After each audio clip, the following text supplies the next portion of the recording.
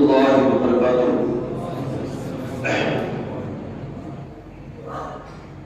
الحمد لله نحمده ونستعينه ونستغفره ونؤمن به ونتوكل عليه. نعوذ بالله من شرور انفسنا ومن سيئات اعمالنا، من يهده الله فلا مضل له ومن يضلل فلا هادي له، ونشهد ان لا اله الا الله وحده لا شريك له، ونشهد ان محمدا عبده ورسوله. فقد قال الله تبارك وتعالى في القرآن المجيد في الفرقان الحميد: فأعوذ بالله من الشيطان الرجيم، بسم الله الرحمن الرحيم. قل لا أسألكم عليه أجرا المودة في القربى، صدق الله مولانا العظيم وبلغنا رسوله النبي الكريم، ونحن على ذلك لمن الشاهدين والشاكرين، والحمد لله رب العالمين. عزیزان محترم، بہت ہی مشہور اور معروف آیت مقدسہ تلاوت کرنے کا شرف حاصل کیا ہے. اسی آیت مقدسہ پہ گشائی کرنے سے پہلے، اس کا ترجمہ بیان کرنے سے پہلے، اسے امت خضرا میں آرام فرمانے والے آقا، بے قصوں کے قصبے سہاروں کے سہارے، دونوں عالم کے مختار جناب احمد مصطفیٰ محمد رسول اللہ صلی اللہ علیہ وسلم کی بارگاہ بے قص پناہ میں دردوں کی بلی بلی نالیاں نچھاور کر کے اپنے غلامی کا ثبوت پیش کرتے پڑے: اللہم صلی علی سیدنا محمد وعلی آلہ وصحبہ وسلم. اللہم صلی علی سیدنا محمد وعلی آلہ وصحبہ وسلم. اللہم صلی علی سیدنا محمد وعلی آلہ وصحبہ وسلم. عزیزان محترم، ایک گھنٹہ قریب اس ذکر شہداء کربلا کی اس محفل کو ہو گیا ہے، اور ہمیشہ اعلان بھی اسی بات کا کرتے ہیں کہ 1 گھنٹہ کا پروگرام ہے. پچھلے سال کے مقابلے اب کی بار یہ احساس نہیں ہوا کہ محفل کا جب آغاز کرتے ہیں تو تلاوت کلام پاک میں کرتا تھا، میں ہی تلاوت کرتا تھا، میں ہی سنتا تھا. بڑی مشکل سے کوئی اگر ایک آدمی آ جاتا، 2 آدمی آ جاتے تو بہت مشکل تھا، لیکن اس بار اللہ کا بڑا کرم ہوا. رسول پاک کا صدقہ ہوا کہ جب اس ذکر شہداء کربلا کی نشست کا، اس محفل کا، اس ذکر کا جب آغاز کرتے ہیں تو چند حضرات، چند بچے تلاوت کلام پاک کو سننے کے لیے موجود رہتے ہیں. حالانکہ آپ اگر کسی ایک کتاب کو کبھی بار بار پڑھیں گے تو آپ اوب جائیں گے. دنیا کی کوئی کتاب لے لو، آپ کوئی بھی کتاب ایک بار پڑھ لینے کے بعد میں اس کا مزہ جو وہ رد ہو جاتا ہے، پھر مزہ نہیں آتا ہے. اللہ کا بڑا کرم ہے کہ یہ واحد کتاب ہے جس کو ہم بار بار پڑھتے ہیں، لیکن اس کے بعد میں بھی اس کی چاشنی جو کبھی کم نہیں ہوتی. اور ہم ہر سال رمضان المبارک کے مہینے میں حفاظ کرام کے پیچھے اس پورے قرآن کو سنتے ہیں، اپنے ذہن نشین کرتے ہیں. تو کتنی بڑی سعادت مندی کی بات ہے کہ یا تو ایسا کریں کہ سب سے بعد میں قرآن پڑھنے تب آپ جمع ہوں، تاکہ آپ کو بھی اس کا لطف اور آپ کو بھی اس کا ثواب ملے. آپ اپنی ضرورت سے عشاء کی نماز سے فارغ ہو کر کے نہیں آتے ہیں وہاں ضرورت سے. قاعدہ تو یہی کہتا ہے کہ عشاء کی نماز سے، یعنی اسلام یہ کہتا ہے کہ سورج چھپنے سے پہلے شام کا کھانا کھا لو.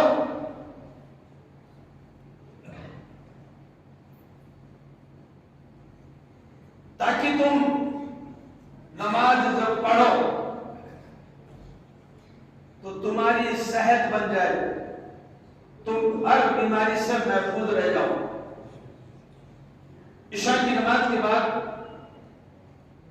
نہیں کھانا چاہیے، منع فرمایا، سائنس بھی کہتی ہے اور آقا کریم صلی اللہ تعالی وسلم بھی کہتے ہیں۔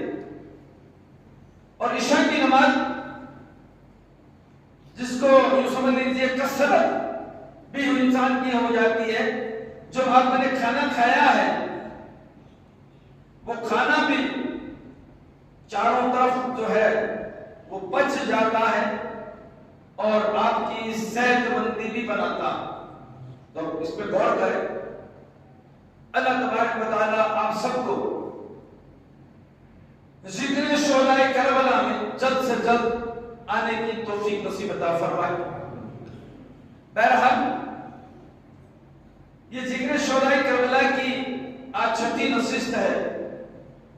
چند باتیں، حضرت عمر فاروق رضی اللہ تعالیٰ عنہ اجمعین کو جو ہے قتل کر دیا گیا، آپ زخمی ہو جاتے ہیں اور زخمی ہونے کے بعد آپ سے پوچھا جاتا ہے کہ اگلے جو خلیفہ ہیں جن کو منتخب کیا جائے، یعنی آپ کے بعد کون سے انسان کو، کس صحابی کو اس خطاب سے نوازا جائے،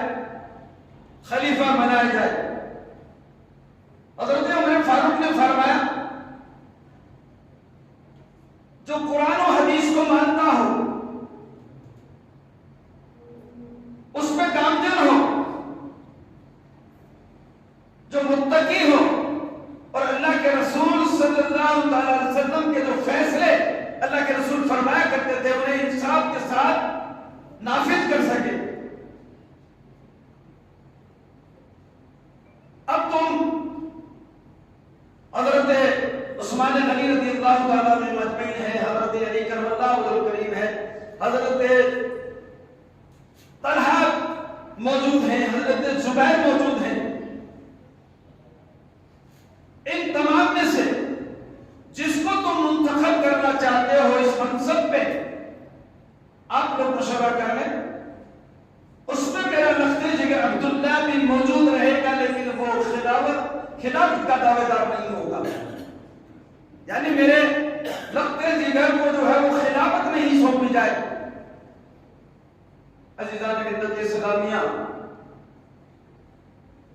حضرت علی کرم اللہ وجہہ الکریم کو حضرت عبداللہ بن عمر رضی اللہ تعالیٰ عنہ کی طرف لے جاتے ہیں کہ حضرت عمر فاروق کا جو ہے انتقال ہو گیا ہے، ان کو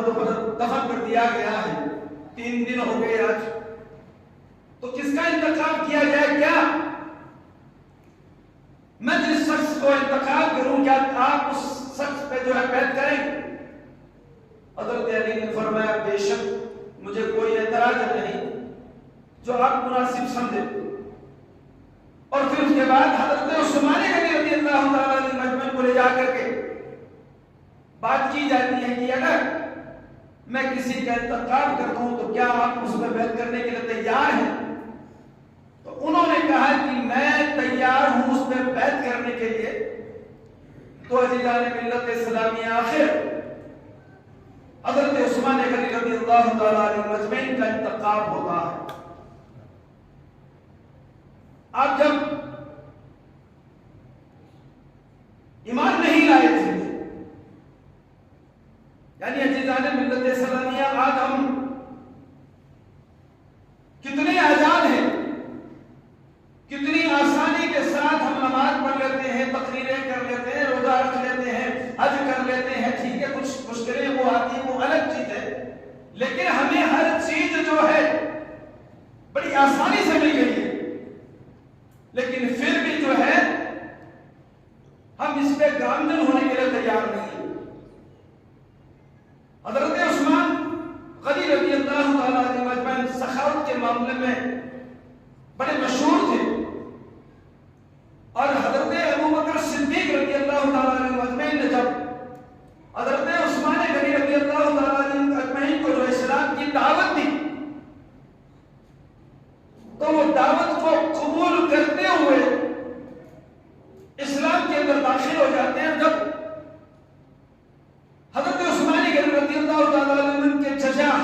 جب اس بات کا پتہ چلتا ہے تو اس نے حضرت عثمان غنی رضی اللہ تعالیٰ عنہ مجموعہ کو پکڑ کر کے اور رسیوں سے تھمے کے باندھ کر کے چھوڑ دیا کہ جب تک تم واپس ہمارے مذہب میں ہمارے بتوں کو ماننے والا جب تک نہ ہوگا تیری رہائی نہیں ہو سکتی، تیری رہائی نہیں ہو سکتی، یعنی باندھ دیتے ہیں کھمبے سے۔ عزیزان ملت سلامیہ، حضرت عثمان غنی رضی اللہ تعالیٰ عنہ کا استقلال دیکھیے، ثابت قدمی دیکھیے۔ کہا چچا جان میں ایک عظمت کو پا چکا ہوں، میں ایسی دولت کو پا چکا ہوں جس کو چھوڑنا گوارا نہیں چاہیے، آپ میرے بدن کے ہر ٹکڑے ٹکڑے کر دیجئے، جسم کے ٹکڑے ٹکڑے کر دیجئے آپ، لیکن میں اسلام سے واپس نہیں پھروں گا، میں جو ہے واپس بت پرستی میں نہیں جاؤں گا۔ آخر جو ہے جب اتنا استقلال دیکھا، اتنی بات دیکھی، اتنی مضبوطی دیکھی اور ثابت قدمی دیکھی عزیزان ملت اسلامیہ، اس کے چچا نے کہا کہ فائدہ بھی نہیں ہے، جب اگلا اپنے جسم کے ٹکڑے کروانے کے لیے جب تیار ہے تو ایسے شخص کو باندھنا بیکار ہے، فوراً کھول دیتے ہیں۔ اور عزیزان ملت اسلامیہ،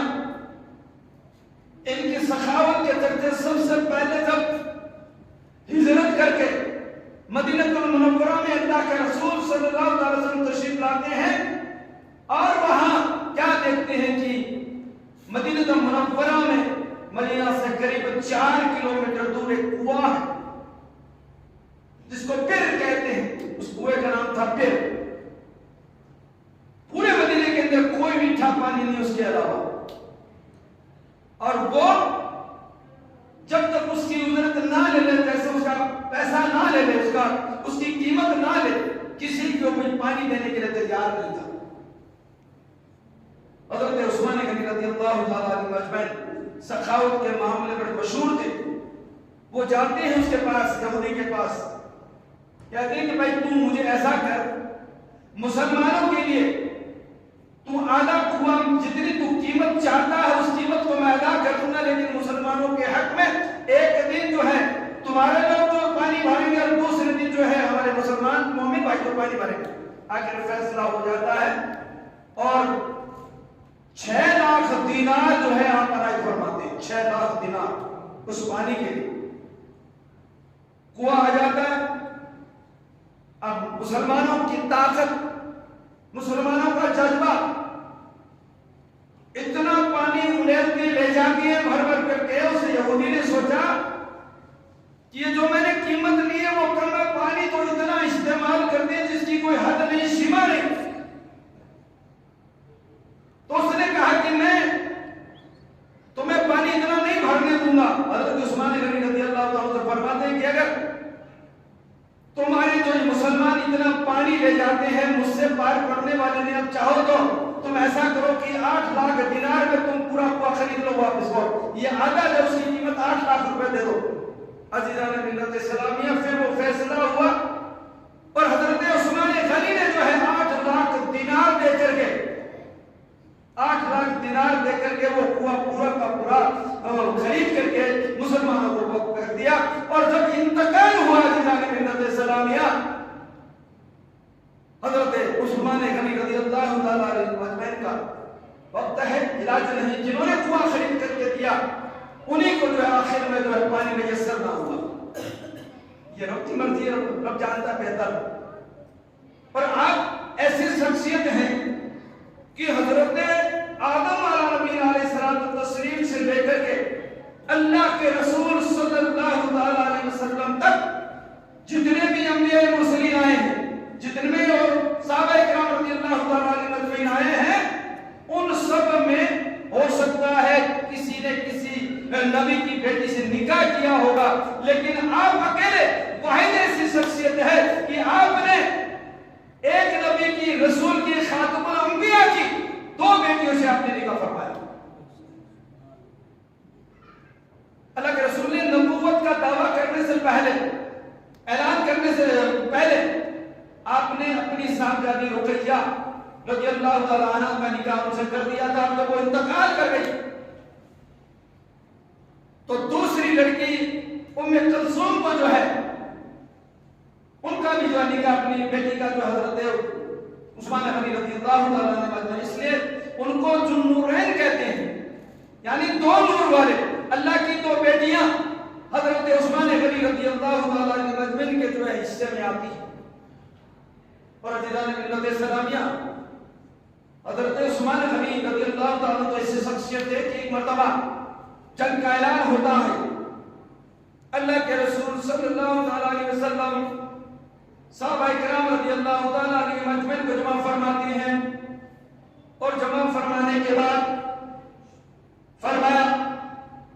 جنگ کے لیے تیاریاں کرنی ہیں، جن سے جتنا ہو سکے اتنا دے دیجئے۔ حضرت عثمان غنی رضی اللہ تعالیٰ عنہ کھڑے ہوتے ہیں، اے اللہ کے رسول، میری طرف سے میں جنگ کے لیے 100 اونٹ پوری تیاری کے ساتھ جو ہے آپ کو وقت کرتا ہوں، 100 اونٹ۔ پھر اس کے بعد دوسری بار پھر اعلان کرتے ہیں صحابہ کرام جو بیٹھے ہوئے، اب دوسری بار بھی پھر بھی اے اللہ کے رسول صلی اللہ علیہ وسلم، میں جو ہے 200 اونٹ بڑی تیاری کے ساتھ جو ہے آپ کو وقت کرتا ہوں جنگ کے لیے۔ پھر اللہ کے رسول پھر فرماتے ہیں کہ جنگ کے لیے چاہیے، تو تیسری بار جو ہے حضرت عثمان غنی کھڑے ہوتے ہیں اور فرماتے ہیں یا رسول اللہ صلی اللہ علیہ وسلم، میں 300 اونٹ اور 1000 دینار آپ کو جنگ میں لڑنے کے لیے وقت کرتا ہوں۔ اتنے بڑے سچی تھے آپ، اتنے بڑے۔ تو یہ اسلام کا جو نظام چلا ہے، اسلام کی جو ویوستھا ہے،